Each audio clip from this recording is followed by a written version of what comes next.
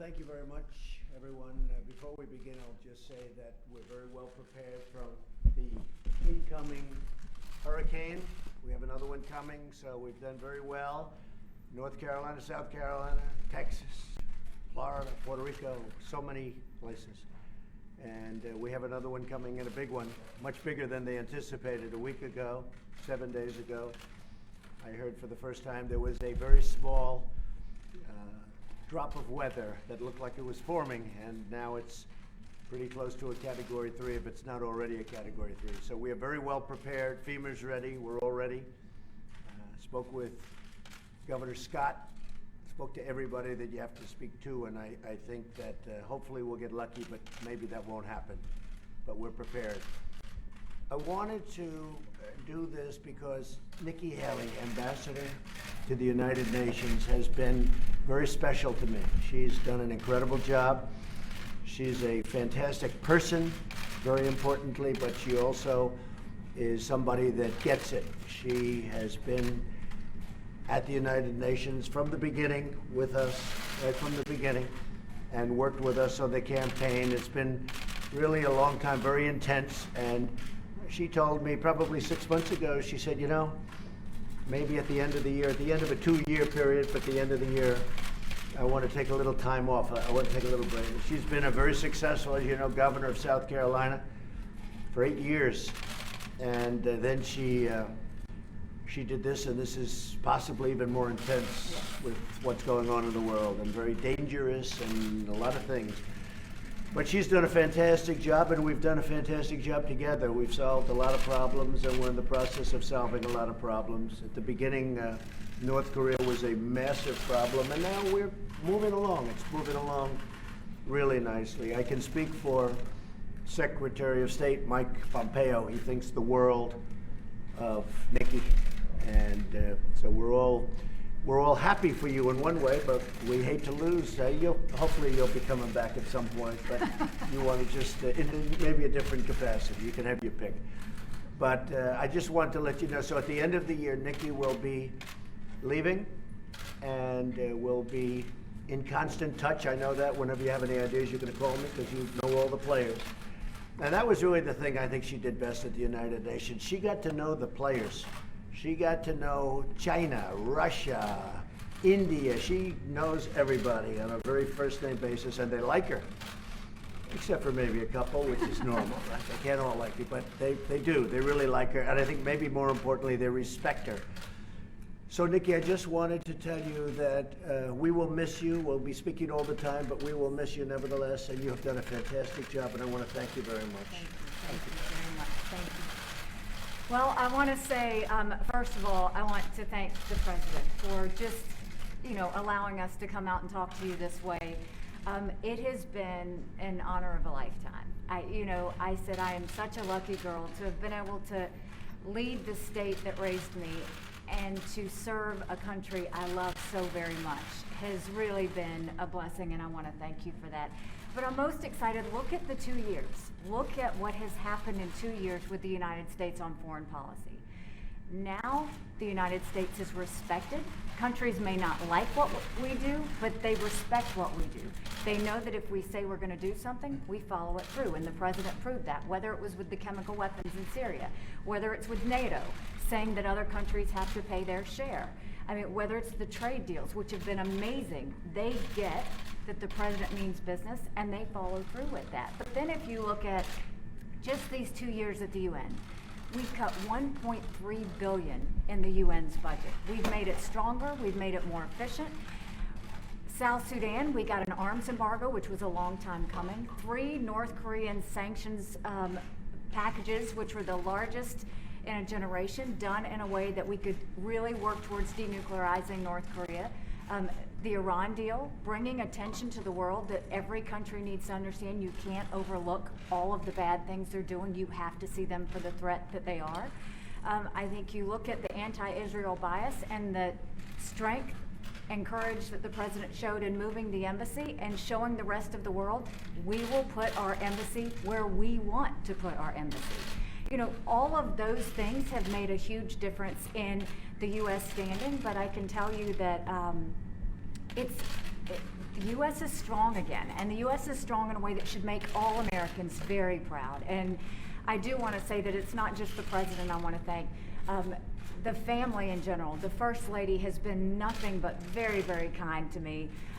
I can't say enough good things about Jared and Ivanka. Jared is such a hidden genius that no one understands. I mean, to redo the NAFTA deal the way he did, what I've done working with him on the Middle East peace plan, it is so unbelievably well done. And Ivanka's been just a great friend, and they do a lot of things behind the scenes that I wish more people knew about, because we're a better country because they're in this administration. I also just have to say, certainly thank you to my family. Michael is a saint, and my two little ones, I adore them. And to Team USUN. You know, they sacrificed a lot. They put a lot of time and energy into it, but they have a lot of heart and really wanted to make America proud. And so with that, I'm not leaving until the end of the year. My goal is that we make sure that everything is in good place and for the next ambassador to come in. But it's a great day in the United States, and I'm proud to have been part of the team. Now, I don't have anything set on where I'm going to go. I think that the main thing was I was governor for 6 years, and we dealt with a hurricane, a 1,000-year flood, a church shooting, a school shooting. There was a lot, and then to come in and do 2 years of Russia and Iran and North Korea, it's been 8 years of intense time, and I'm a believer in term limits. I think you have to be selfless enough to know when you step aside and allow someone else to do the job. So thank you, Mr. President. Thank you, it's Nikki. been an So honor good. of a lifetime.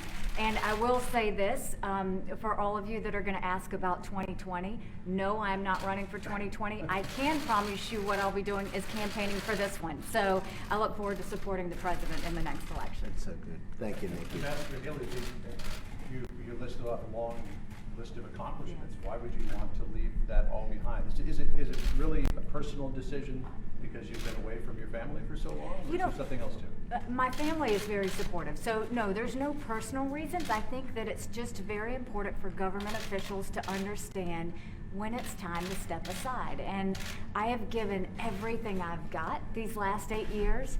And I do think that sometimes it's good to rotate in other people who can put that same energy and power into it. So there really is, a lot of people are going to want to say there's a lot of reasons why I'm leaving. The truth is, I want to make sure that this administration, the president, has the strongest person to fight. It was a blessing to go into the UN with body armor every day and defend America. And I'll always do that. I'll never truly step aside from fighting for our country. But I will tell you that I think it's time. And Mr. President, why make the announcement now as opposed to after the midterms? Well, Nikki's going to be staying till the end of the year, which will be just about 2 years. And I just think, and I was just, as Nikki was speaking, I was thinking when we came into office, it was almost inevitable in the minds of many that we were going to war with North Korea. If you ask President Obama, I'm sure he'll tell you that that was by far his biggest problem when we sat and met right here. But that looked like a real problem. Iran looked like a real problem. It was a question of when would they take over the Middle East prior to my coming here, and now Iran is fighting for their lives. They've got riots in all their cities. It's blowing up. Their inflation, their economy is in tatters. And at some point, they'll probably come and want to make a real deal, not the deal that they made, the ridiculous deal that they made. That was unacceptable to me. And so we'll see what happens. But what a difference between Iran when we first came, I'd like to say the day before we came, and also if you look at North Korea, I mean, there was a deal that there was something that was it was a devastating, potentially devastating problem, and now the relationships are very good. Secretary of State Mike Pompeo just left, had a great meeting, also was in China, also spoke to many of the Asian leaders or went there and had some good meetings, but had a really very good meeting with North Korea and Chairman Kim, and we've just made a lot of progress on so many other fronts also. And I think the world, as Nikki said, the world is really respecting the United States again, much more so than they have in many, many decades. We are respected again, that I can tell you, very much respected again. And people want to be on our side. Even if you look at the votes in the United Nations, I mean, votes that we would normally get no votes, we're getting very strong votes now. So I just want to thank Nikki, and I thought this would be an appropriate way of doing it, because when you write it out on a piece of paper that, you know, Ambassador Haley will be leaving, and you say nice things, people say, well, what's going on? This is the right way to do it. And when you really think somebody's done a terrific job, I felt this was an appropriate way of doing it, and we both liked it. So I just want to thank the ambassador. I just want to thank Nikki, okay? What are you thinking about the successor? Well, we have a number of people that would very much like to do it. It's a great position, and Nikki realizes it. I think she's helped make it a much better position, if you want to know the truth. I think it's become maybe a more glamorous position than it was 2 years ago. Maybe I wonder why, but it is. Yeah, I mean, she's made it a very glamorous position. She's made it a more importantly, a more important position. So we have, I can almost say, many people that want to do it, and they're very good people. And I'll be talking also to Nikki about that, and to the general about that, and to my staff. But we have many people that are very, very much interested in doing it. You said you just saw Secretary Pompeo. Are you frustrated by the lack of actual announcements that are coming? No, not only am I not frustrated, I think it's incredible what's happening. You're talking about North Korea? It's amazing the way the media, who are you with? With France 24. With who? France 24. France. So it's amazing the way the media says that, you know, for 80 years they couldn't do a thing. And what are we in, 3 months of negotiation? It's ridiculous. As I've said about 1,000 times, you have no rockets flying, you have no missiles flying, you have no nuclear testing, you have nuclear closings, they're closing up different areas of North Korea. We're getting the remains back, it's already started, of our great heroes. We got our hostages back, and I didn't pay $1.8 billion like the previous administration. I paid nothing. But I have agreed to meet, and I have agreed to spend time. But how long has it been since we left Singapore? It was 3 months or so. And people say, that's the media saying, like, how could we be negative? Let's see, he's done really well. How can we be negative? Oh, are you disappointed with the speed? I think the speed is amazing. You have no nuclear tests, you have no rockets, and we have a very good relationship with Chairman Kim, which is very important. I like him, he likes me, the relationship is good.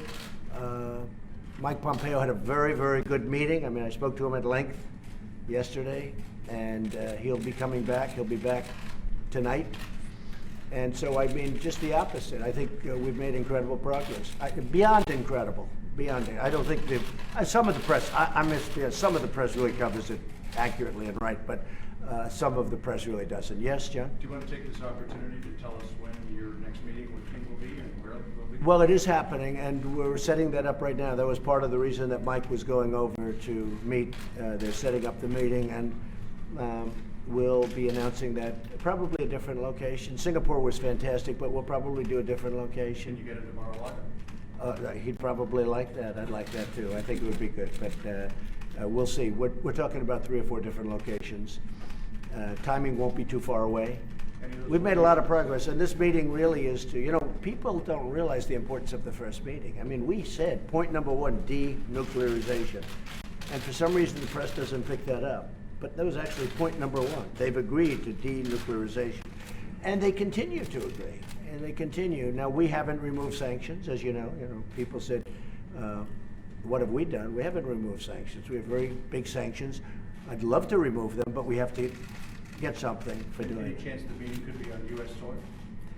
Well, you know, I don't want to embarrass anybody by asking. I think eventually we're going to have lots of meetings on U.S. soil and on their soil, by the way. It's just, you know, that's a two-way street, on their soil also. I think that the country of North Korea is going to be a very successful country. I think it's going to be incredibly economically successful, and I want to make it that way. I think it's going to be good. Other countries, other people, entrepreneurs, banks, I will tell you, they're calling, wanting to go there and wanting to invest. At some point, when Chairman Kim makes that decision, I think he's going to unleash something that's going to be spectacular, really spectacular. And I think he knows it, and I think that's one of the reasons that we're having very successful conversations. I think he wants to get on with it. President, when will a successor Yes. to Ambassador Haley be named? Excuse me? When will a successor to Ambassador Haley be named? When? when will a successor be named? Oh, I would say we'll name a successor, I don't know, within the next 2 or 3 weeks. Maybe sooner. Mr. President, have you spoken to the Saudis about the Muslim Washington Post columnist? I have not, no, I haven't, but I will be at some point. What do you know at this point? I know nothing right now. I know what everybody else knows, nothing. Just, What's your response to Hillary Clinton saying last night's swearing in of Judge Kavanaugh was a more political event than it was a national event? I guess that's why she lost. She doesn't get it. She never did. I knew that a long time ago. Hillary never got it. That's why she lost. Anything else? Sir, the midterms are in 4 weeks. Yeah. What's your prediction right now for the GOP, and how's your stamina out on the campaign trail? I think we're going to do well. What you people would say, I guess, if you saw there was a 5% drop-off, you'd say there's something wrong with the president. You would say, but no, I'm going to Iowa tonight. We have a big, big crowd. Going to make a big announcement tonight, by the way, in Iowa. We're going to be making a very big announcement. And I have to say the farmers are so thrilled with the USMCA, the new agreement. I don't use the word NAFTA because NAFTA was a disaster for our country. NAFTA, we lost millions and millions of jobs, thousands and thousands of factories and plants, and bad for farmers. You look what happened. Farmers over the last 15 years, it's only gone down. Now they're going to go up. We just opened up Mexico. We just opened up Canada. And it's great for our farmers. But I'm going to Iowa tonight, and we'll be talking a little ethanol tonight. And got some great things planned. And speaking of that, I will say, if you look at industries, the steel industry in this country is back like nothing I've ever seen before. In a period of 6 months since we started doing what I'm doing, the steel industry has literally revived. U.S. Steel is opening up 8 plants. Nucor is opening up. Everybody is. The steel industry in our country is really, really hot. So it's really been great. But I'll be going to Iowa tonight. What about Secretary Pompeo's meeting in China? How did that go? Very well. Seemed Very really well. sharp. No, we're very well. We have a very good relationship with China, but you know they took out $500 billion out of our country for many years, each year, and we just can't let that happen. This should have been talked about by people in this chair for many years. Look, for years and years, they were taking out $200, $300, $400, and even $500 billion a year. We helped rebuild China. If we don't do that, China's not where they are right now. And that's fine with me, but we're not doing it any longer. You promised more tariffs on China if they retaliate. Oh, sure, absolutely. Are you going to go forward with that? 100%. If they do that, if they retaliate, what does retaliate mean? They've already retaliated. They've taken out $500 billion. I think that's the ultimate retaliation. Now, look, China wants to make a deal, and I say they're not ready yet. I just say they're not ready yet. And we've canceled a couple of meetings because I just say they're not ready to make a deal. We can't have a one-way street. It's got to be a two-way street. It's been a one-way street for 25 years. We've got to make it a two-way street. We've got to benefit also. Okay? Thank you. Any other questions? So I just want to finish because this is really the pure reason for this is, Nikki, you've been fantastic. You're my friend. And I just, on behalf of the country, I want to thank you for a great job. Thank you, Nikki. Thank you very much, everybody. Thank you. Thank you. Thank you.